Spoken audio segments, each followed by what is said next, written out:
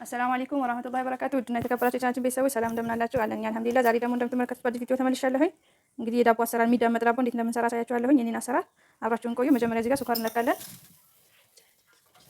ስኳር 1 ኩባያ አረኩኝ። 2 ኪሎ ዱቄት ስለሆነ ማቦካው ትንሽ ደግሞ እንዲጣፍጥልኝ ስለፈለኩት ነው።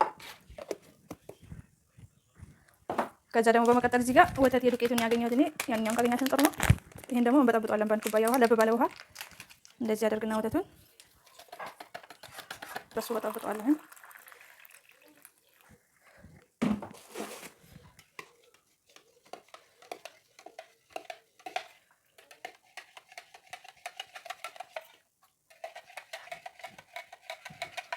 እንደዚህ ከዛ በወተቱ ውሃ ስኳሩን በጠብጠዋለሁ ማለት ነው።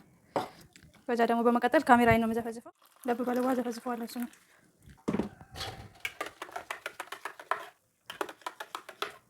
እንደዚህ ያስቀምጠዋለሁ።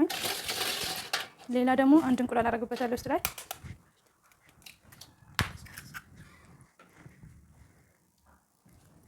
1 እንቁላል አደረኩበት እንደዚህ። ከዛ ጨው ደግሞ ትንሽዬ ለጣም፣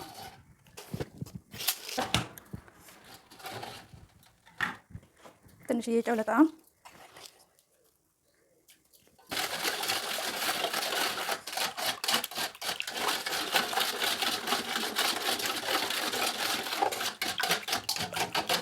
እንግዲህ ካሜራው ኮፍ ብሎልኛል። እሱንም ጨምረዋለሁ አንድ ላይ።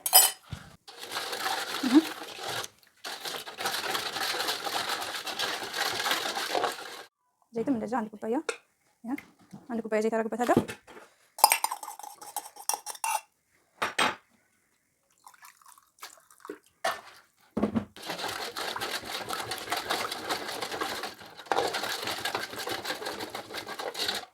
በመቀጠል ዱቄቴን እየለካሁ አደርጋለሁ።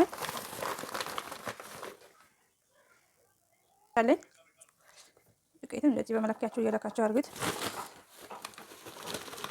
እኔ በዚህ በምታዩት እቃ 3 ነው የተጠቀምኩት።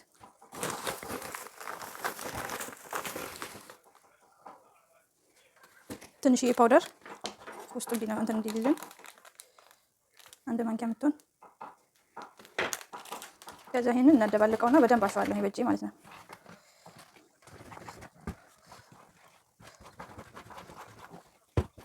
እንደዚህ ካደረግኩት በኋላ ውሃ ከነሰው እየጨመርኩ እያየሁ በደንብ አቦካዋለሁ ማለት ነው። እጅም ለምታጥቢያ መጀመሪያ ትንሽ ያስፈልገኛል ጨምርበታለሁ ማለት ነው። እንደዚህ ውሃ ያደረጋችሁ እንዳይቀጥም ላላ ብለን ማቦካው ስለምንደምጠው መድረቅ የለበትም። በደንብ ነው የሚደርቀው ልልና አብረን የምናየው ይሆናል። የምትመለከቱት በደንብ አሽቸዋለሁ። ሊጥ በደንብ ስታሽ እንደዚህ ስትነኩ ምልስ ይላል። እና አሁን ይሄን ደግሞ ለትንሽ 30 ደቂቃ አቆየውና አዳምጠዋለሁ ማለት ነው። ትንሽ ኩፍ እስከሚል ድረስ ላላ እስከሚል ድረስ ጠብቀዋለሁ። እዩት። እና ከዛ በኋላ ደግሞ አብረን እንመለስበታለን። አብራችሁ ቆዩ። እንግዲህ ውዶቼ ይሄውላችሁ ሊጡ ትንሽ ኩፍ ብሎልኛል እንደምትመለከቱት። አሁን እዚህ ጋር ባትራ አዘጋጅቻለሁኝ የምጋግርበት። መጀመሪያ ዘይትና ዱቄት ነው የምቀባው። ሊጡ እንዳይዝ እንደዚህ ካደረኩኝ በኋላ ዱቄት እናሳነስበታለሁ።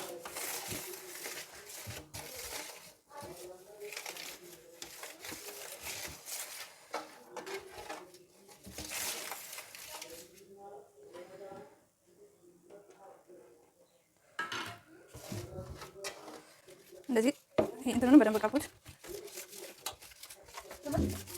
እንደዚህ ቀባዋለሁ። ዱቄት እናሳንስበታለሁ እዚሁ ላይ ማለት ነው።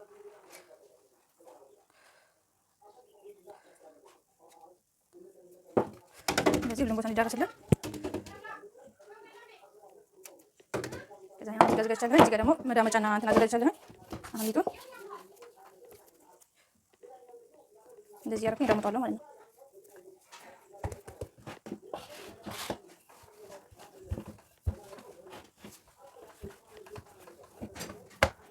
እንደዚህ እያሽከረከርን ውፍረቱ እኩል መሆን አለበት።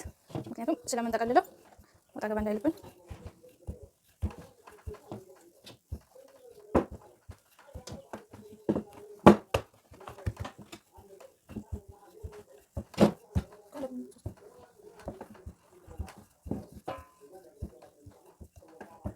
አሁን ውፍረቱ እንደዚህ ሲሆን ይበቃናል። ከዛ ዘይትና ዱቄት ተቀባለሁ። እንደዚህ እናደርግና በእጃችን በደንብ እናደርሰዋለን። ተቆራርጠዋለሁ እንደዚህ አንዚህ ጋር ለምሳሌ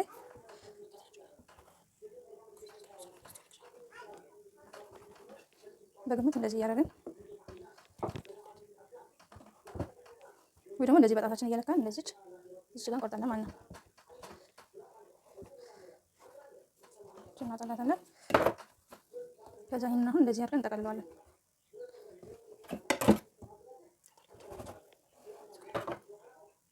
ከዛ እንደዚህ እንጠቀልለዋለን። እንደዚህ ጋር እንተፋትና በጣም ደግሞ ከፍ እንዳይልብን እንደዚህ በእጃችን አድርገን እዚህ ጋር አቀራቀር አድርገን የምንደረድረው ምክንያቱም በኋላ ስለሚነፋ እንዳይጨማመቅብን ማለት ነው። አይደል? ይሄኛውንም በዛው ተመሳሳይ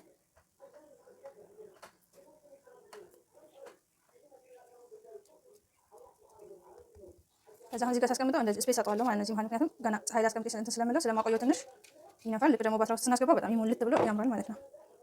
ሁሉንም እንግዲህ ከዚህ በኋላ እንደዚሁ እየዳመጠን እንደዚህ እየጠቀለልን ማስቀመጥ ነው። ልቻለሁ ደርድሬ እንደገና እዚች መሀል ላይ ያቀራችሁን ደግሞ ሌላ ዲዛይን አወጣላታለሁ። አብራችሁን ቆዩ።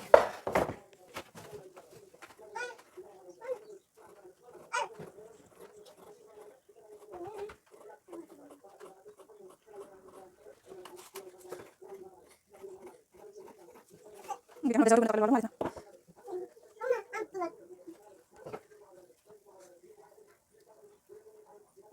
እንደዚህ አድርገን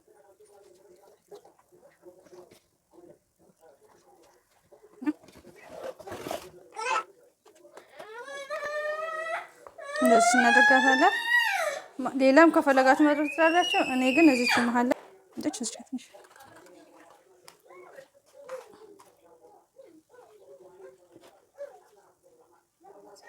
አሁን ይሄንን ትንሽ ኩፍ እስከሚል ድረስ አስቀምጧለን ወይ ፀሐይ ላይ። እኔ በጣም ስለምቸኩል ፀሐይ ላይ ነው የማደርገው ቶሎ ኩፍ እንዲልልኝ። ከዛ በኋላ ኦቨናችን ከታች ብቻ እንደኩስና ኦቨናችን ሞቅ ሲልልን እናስገባዋለን ማለት ነው። ያው አሁን ግን ዲዛይኑን አውጥተን ጨርሰናል። እንደምትመለከቱት ነው የክፍት ክፍቱ በኋላ ሲነፋልን ይሞላል። እንግዲህ በስሎ ደግሞ አብረን እናየዋለን ማለት ነው። ይሄን ይመስላል። እንግዲህ ውዶቼ ይሄው እንትኑ ኩፍ ብሏል ሊጡ። እዚህ ጋር አሁን ከላይ የምቀባው አንድ እንቁላልና ዘይት ደግሞ እቃው ላይ አለ።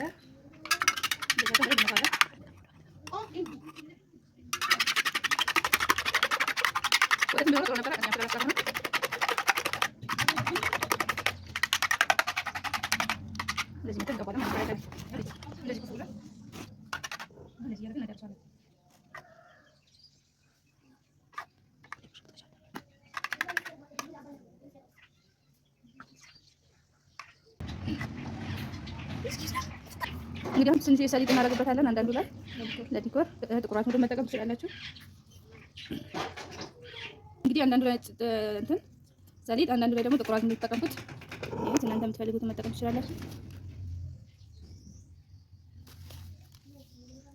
ከዛ ኦቭኑ ለኩሻዋለሁኝ ከታች ብቻ። አሁን ልክ እሱ እንደጋለልኝ አስገባዋለሁ ትንሽ ሞቅ ሲል